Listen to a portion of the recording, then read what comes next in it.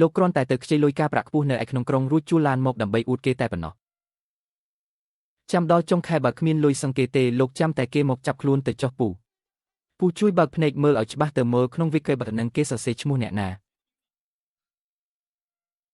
ស៊ូដាខ្ញុំឆេនជីនជុនមិនដែលធ្វើរឿងអួតអាងបែបនឹងទេណារឿងនេះមិននឹងអាចទៅរួចរឿងនេះមិននឹងអាចទៅរួចទៅសៀវឈិនឡើងឡានមកបងនាំអូនជិះត្រាក់តរធំរបស់ផ្ទះយើងទៅផ្ទះវិញបងឲ្យឡាននេះលយខ្លាំងណាស់ល្អជាងរទេះគោផ្ទះមេភូមិ10000ដងឯណោះអង្គុយឲ្យជាប់ណា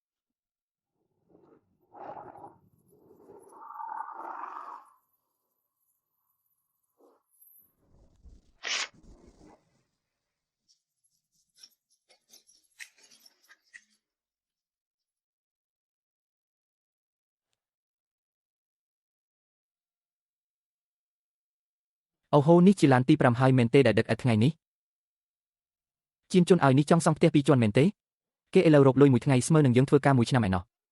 មើលចុះនេះហើយដែលហៅថាមានសមត្ថភាពពីមុនអ្នកណាគេថាការចិញ្ចឹមដង្កូវក្រហមជារឿងឈួតនោះឲ្យនឹងជាសាច់ញាតិអ្នកណាគេទៅមិនក៏មកសុំទានដល់ភូមិយើងអីចឹង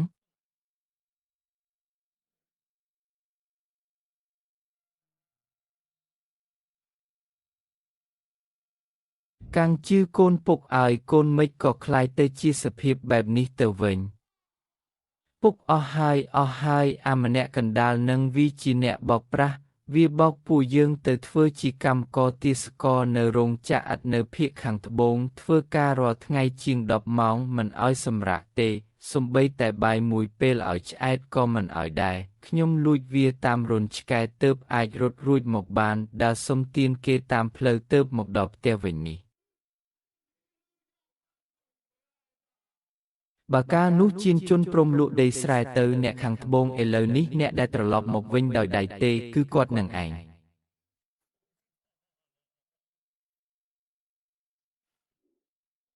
អូយល្អណាស់ពិតជាល្អមែនអូយនេះគឺជាគូមែនទេជាគូឲ្យថ្ងៃនេះមើលទៅទឹកមុខស្រស់ថ្លាល្អណាស់ឃើញកូនជាជនមានសមត្ថភាពសង់ផ្ទះឥតធំដល់ថ្នាក់នេះបងប្រុសពិតជាសប្បាយចិត្តជំនួសឯងណាស់ជាគូឯងមកធ្វើអី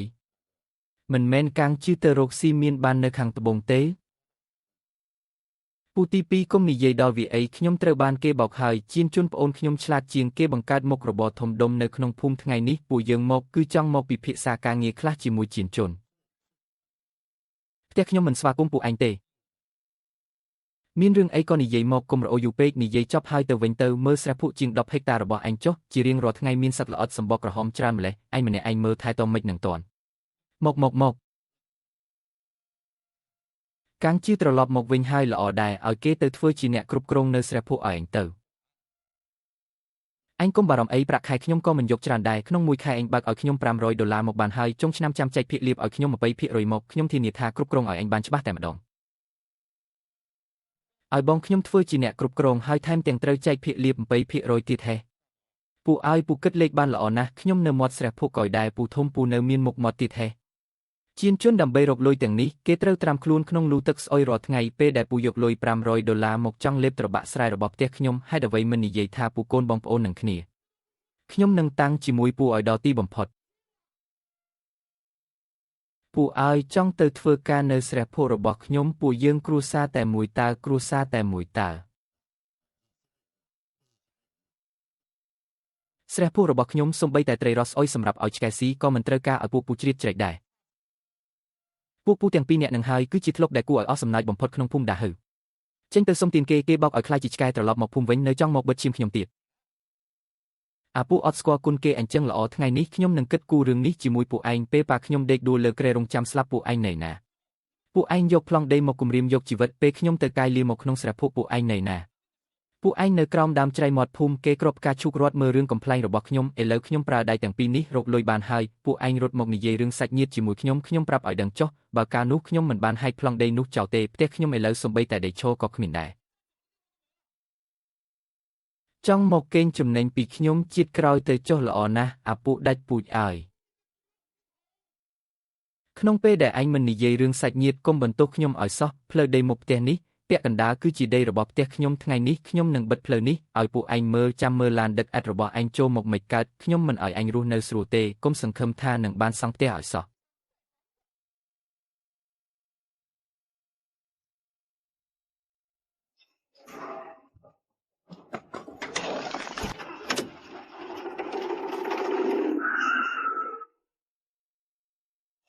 លោកជីនជុនលោកឈួតហើយលោកសម្លាប់មនុស្សហើយដីគំនរនេះខ្ញុំកាយរៀបស្មើអស់ហើយផ្លូវក៏ខ្ញុំបើកផ្លូវរួចរាល់ដែរក្រោយមកទៀតកុំមកប៉ះពាល់ដីផ្ទះត្រកូលឈិនរបស់ខ្ញុំទៀតឲ្យសោះបើអ្នកណាម្នាក់ហ៊ានមកធ្វើរឿងរ៉ាវនៅមុខខ្ញុំទៀតដីគំនរនេះហើយជាទីបញ្ចប់របស់វាចេញទៅ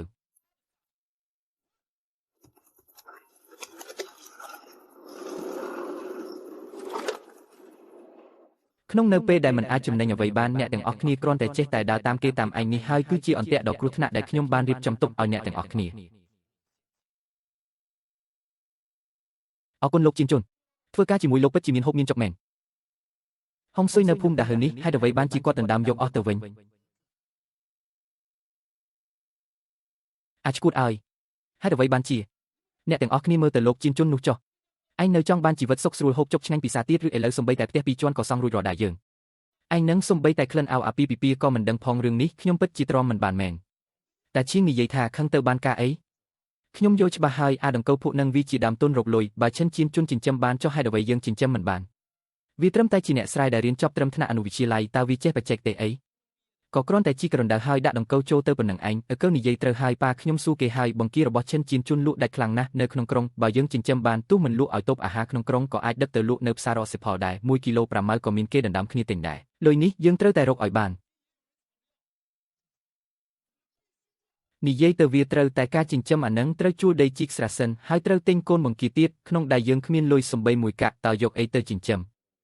ប៉ាមិនបោះនុយធំមិនបានត្រីធំទេអាដាវដែលឲ្យខ្ចីលុយការប្រាក់ខ្ពស់នៅទីប្រជុំជនខ្ញុំស្គាល់វាយើងយកប្លង់ផ្ទះចាស់នេះទៅដាក់បញ្ចាំខ្ចីលុយវា$3000ឲ្យតែបង្គាចេញកូនត្រឹមកន្លះខែនឹងបានដើមមកវិញហើយដល់ពេលនោះសងទាំងដើមទាំងការឲ្យវាទៅឯលុយដែលសល់សុទ្ធតែជាប្រាក់ចំណេញសុទ្ធរបស់យើងទាំងអស់ពូតាឈៀងឲ្យខ្ញុំចូលហ៊ុនមួយចំណែកផងខ្ញុំនឹងជួយប្រើកម្លាំងជួយជីកស្រះនិងរកកូនបង្គាឲ្យដល់ពេលលក់បានលុយចែកឲ្យខ្ញុំមួយចំណែកទៅបានហើយយកព្រមស្អែកព្រលឹមស្រាងកាងស៊ឺក្មួយទៅខ្ចីលុយនៅឯទីរួមស្រុកទៅឯងកុំសង្ឃឹមអីហុងស៊ុយនៅភូមិដាហើនេះត្រូវលោកឈឿនជីនជុនម្នាក់ឯងយកអស់ទៅហើយឃើញទេនេះហើយគេហៅថាខ្នាតធំស្រះភក់របស់ឈឿនជីនជុននោះធំពេកហើយរបស់យើងនេះដាក់កូនបង្គាដល់ទៅ2000គីឡូឯណោះដល់ពេលវាធំឡើងយ៉ាងហោចណាស់ក៏អាចកើនទម្ងន់បាន2ទៅ3ដងដែរបងកាងស៊ីឡុំដល់ហើយអាចឈួតឈឿនហឺជុននោះថ្ងៃរត់ទៅដកស្មៅទឹកធ្វើអីនេះមិនមែនជាការងារឥតប្រយោជន៍ទេពួកដង្កូវនេះវាស៊ីចំណីទៅវាធំធាត់បានត្រូវតែឲ្យពួកវាស៊ីឲ្យឆ្អែតទៅវាធំធាត់មានសាច់មានឈាមបានត្រូវហើយចាក់ចូលទៅទាំងអស់ចាក់ឲ្យច្រើនបន្តិចទៅអ្នកណាខ្លាចនឹងអត់អ្នកណាហ៊ាននឹងឆ្អែតឲ្យពួកវាស៊ីឲ្យឆ្អែតទៅ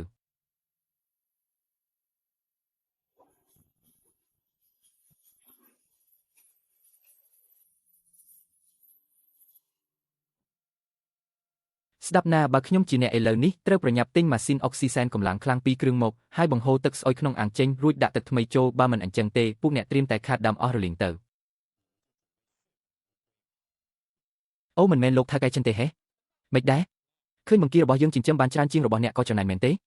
ទើបមកទីនេះដើម្បីដាក់ថ្នាំសណ្ដំពូយើងមែនទេលោកជួឲ្យកុំមកធ្វើជាឆ្មាស្រក់ទឹកភ្នែកអាណិតកណ្ដុរនៅទីនេះអីអ្នកស្មានថាមានតែអ្នកទេដែលចេះចិញ្ចឹមបង្គាក្រហមនឹងខ្ញុំប្រាប់ឲ្យដឹងចុះបង្គារបស់ខ្ញុំចិញ្ចឹមបានល្អណាស់ឲ្យស៊ីសាច់រាល់ថ្ងៃតើមិនធាត់យ៉ាងម៉េចទៅអ្នកគ្រាន់តែខ្លាចពួកយើងដណ្ដើមមុខរបររបស់អ្នកទើបមកបង្កចលាចលមែនទេមែនហើយលោកជួឲ្យទឹកថ្លារបស់អ្នកនឹងមានជីវជាតិអីទៅធ្លាប់ឬពាក្យថាទឹកថ្លាពេកគ្មានត្រីទេនេះគេហៅថាការចិញ្ចឹមបែបជីវជាតិខ្ពស់អ្នកដឹងអីបន្តិចទេបានបើពួកអ្នកគិតថាខ្លួនឯងឆ្លាតជាងអ្នកណាទាំងអស់អញ្ចឹងពួកអ្នកចាំតែអង្គុយចាំអាងទឹកស្អុយនេះដើម្បីរកលុយទៅចុះសង្ឃឹមថាប៉ុន្មានថ្ងៃក្រោយទៅចុះពួកឯងនៅមានមុខសាច់ចេញទៀតហេហីអីគេនឹងប៉ាគុំទៅខ្វល់ពីវាអីអាមួយនឹងវាចំណែនយើងទេពួកយើងចិត្តបានលៀបធំហើយត្រូវហើយទេវតាលោកមិនដែលទុកឲ្យយើងអត់ឃ្លានទេថ្ងៃល្អរបស់យើងចិត្តមកដល់ហើយលើកនេះបានលៀបធំហើយ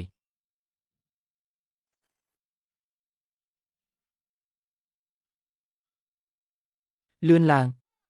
បើកម៉ាស៊ីនបូមទឹកទាំងអស់ឲ្យអស់ទៅបូមទឹកក្រោមដីត្រជាក់ចូលក្នុងអាងឲ្យលឿនអាលីទៅបើកម៉ាស៊ីនអុកស៊ីសែនទាំងអស់នឹងឲ្យខ្លាំងបំផុតទៅយប់នេះសម្ពាធខ្យល់ទាបណាស់ក្នុងទឹកហាមដាច់ខាតកុំឲ្យខ្វះអុកស៊ីសែន បង្គាដែលកំពុងតែរបកសម្បកទាំងនេះគឺហាមដាច់ខាតកុំឲ្យងាប់មួយក្បាលឲ្យសោះ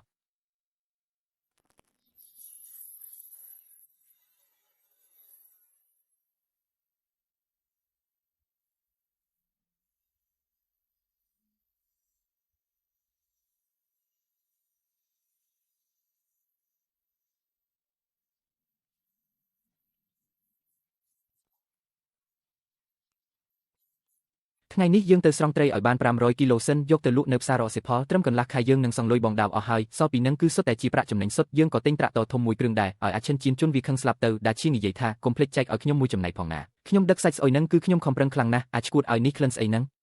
មិនក៏ស្អុយជាងពូវៀនជ្រូកងាប់10ដងអញ្ចឹងលឿនឡើងទៅមើលទៅងាប់អស់ហើយងាប់អស់រលីងហើយអាពួកនេះក្តីស្រមៃចង់ខ្លាចជាអ្នកមានរបស់ខ្ញុំឲ្យមិនអាចទៅរួចទេមិនក៏ងាប់អស់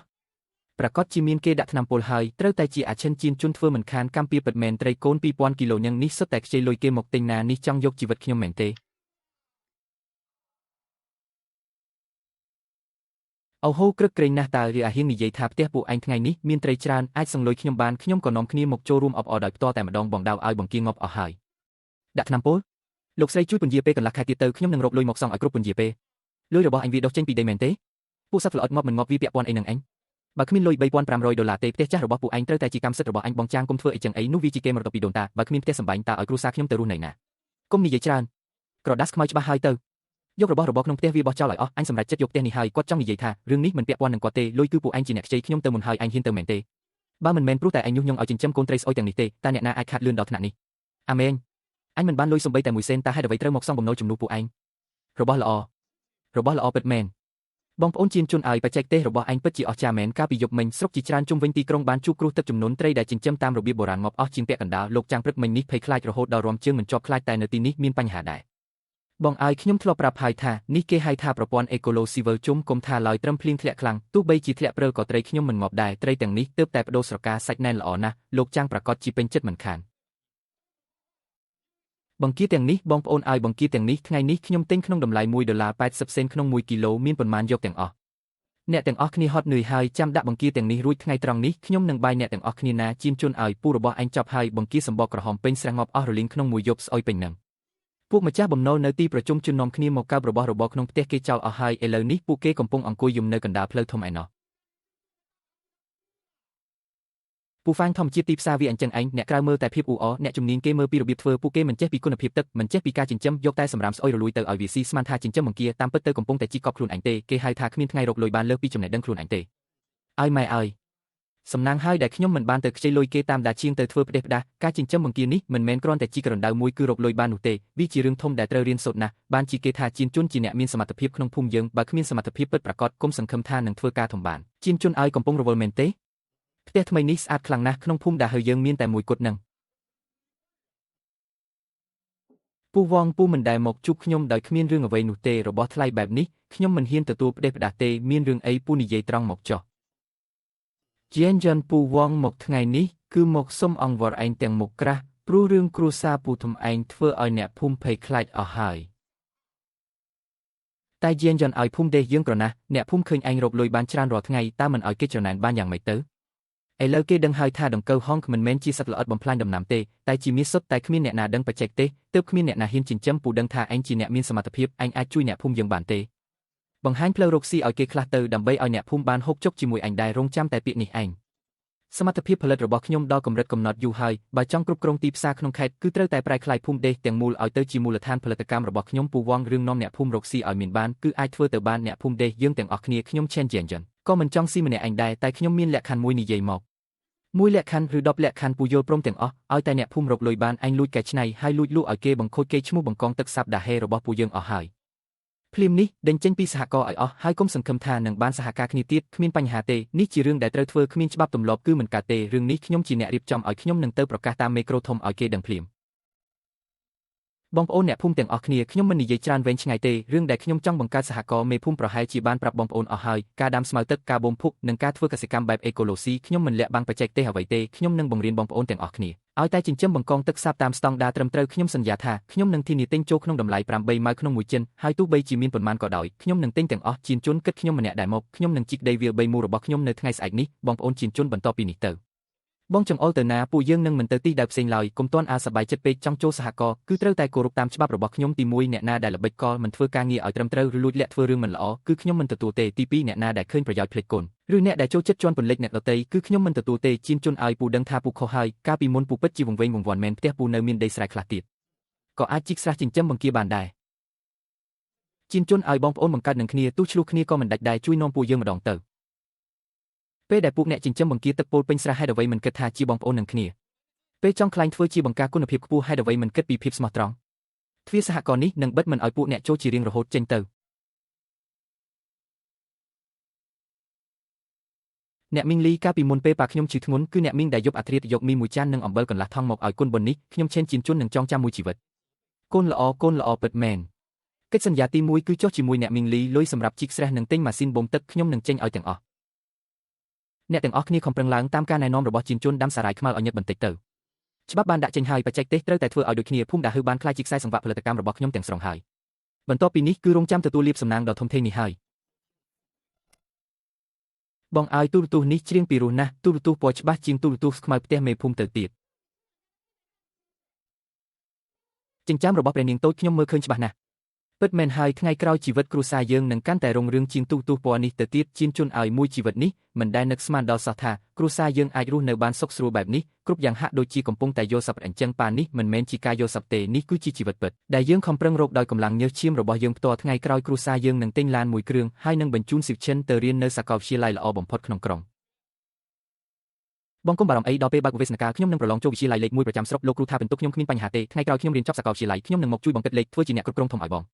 ល្អណាស់បងចាំមើលថ្ងៃដែលអូនធ្វើជាអ្នកគ្រប់គ្រងឲ្យបងនេះលុយសម្ប៉ៅឆ្នាំនេះប៉ានេះលុយសម្រាប់ទិញថ្នាំបំពេញសុខភាពឲ្យប៉ាស៊ីវឈិននេះលុយថ្លៃរៀននិងលុយចាយវីសម្រាប់ឆ្នាំក្រោយរបស់អូនជៀនជន់ឲ្យនៅផ្ទះទេ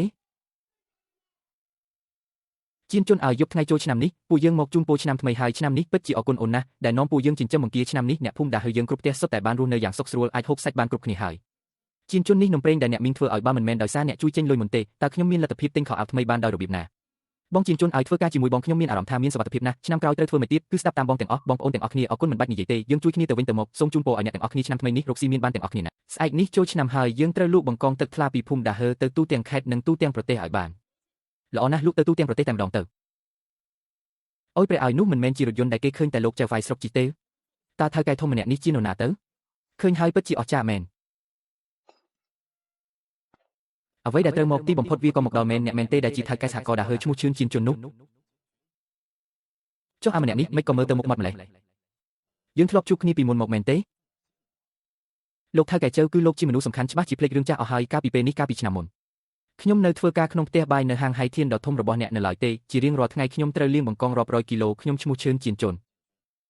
ពីមុនខ្ញុំគ្រាន់តែជាអ្នកជំនួយការលាងត្រីកំពេចកំប៉ុកនៅក្រោមបង្គាប់លោកប៉ុណ្ណោះល្អណាស់អាល្អិតឲ្យពិតជាខ្លាំងមែនពីក្មេងប្រុសម្នាក់មិនដល់មួយឆ្នាំផងពីអ្នកលាងបង្គាជំនួយការចុងភៅឥឡូវខ្លាយជាស្ដេចគ្រឿងសមុទ្រដែលធ្វើឲ្យខ្ញុំត្រូវមកជួបដោយផ្ទាល់ប្អូនប្រុសជៀនយន់ឲ្យការងើបមុខមាត់របស់អ្នកលើកនេះពិតជាអស្ចារ្យណាស់ខ្លាំងមែនទែនអ្នកស្រែចម្ការដូចពួកខ្ញុំគ្រាន់តែរកស៊ីចិញ្ចឹមជីវិតទេខាងក្រៅខ្យល់បក់ខ្លាំងណាស់សូមអញ្ជើញចូលក្នុងផឹកតែសិនទៅប្អូនប្រុសជៀនយន់និយាយត្រង់ចុះទីផ្សារក្នុងក្រុងកំពុងតែផ្ទុះខ្លាំងណាស់តម្រូវការច្រើនណាស់អ្នកណាក៏ស្គាល់តែបង្គាទឹកស្អាតដេសរបស់អ្នកដែរកិច្ចសន្យានេះគឺជាកិច្ចព្រមព្រៀងទិញផ្ដាច់ឆ្នាំក្រោយទិន្នផលទាំងអស់នៅភូមិដេសខ្ញុំទិញទាំងអស់តម្លៃទិញចូលនឹងដំឡើងដល់2យន្តក្នុងមួយឆ្មាខ្ញុំនឹងបង់ប្រាក់កក់ឲ្យ30000យន្តដើម្បីឲ្យអ្នកពង្រីកទំហំផលិតកម្មប៉ុន្តែខ្ញុំមានលក្ខខណ្ឌតែមួយគត់បង្គារបស់អ្នកជេនជៀនយន់គឺត្រូវផ្គត់ផ្គង់ឲ្យតែខ្ញុំម្នាក់គត់លោកឆៅពិតជាចិត្តទូលីមែនក្នុងពេលដែលលោកអញ្ជើញមកដោយផ្ទាល់បែបនេះខ្ញុំត្រូវតែផ្ដល់មុខមាត់ឲ្យលោកហើយរៀបចំផែនការអស់កន្លះឆ្នាំទីបំផុតក៏បង្ខំឲ្យថៅកែធំចៅយាយត្រូវចុះមកដាច់មុខដោយខ្លួនឯងសហការគ្នាដោយរីករាយដល់រដូវក្តៅឆ្នាំក្រោយបង្គាទឹកស្អាតដេសនឹងក្លាយជាម្ចាស់ទីផ្សារតែមួយគត់ក្នុងខេត្តគ្មានប្រព័ន្ធទេវតាប្រទានគ្មានបច្ចេកវិទ្យាខ្ពស់អ្វីទាំងអស់គឺអាស្រ័យលើដៃពីរនិងចំណេះដឹងនេះឯងដែលខ្ញុំបានផ្លាស់ប្ដូរវាសនាខ្លួនឯងទាំងស្រុងហើយជន់ឈ្លីមនុស្សអាក្រក់ឲ្យនៅក្រោមជើងជារៀងរហូតយុគសម័យមាសរបស់ភូមិដេសបានមកដល់ហើយសម័យកាលថ្មីទើបតែចាប់ផ្ដើមប៉ុណ្ណោះ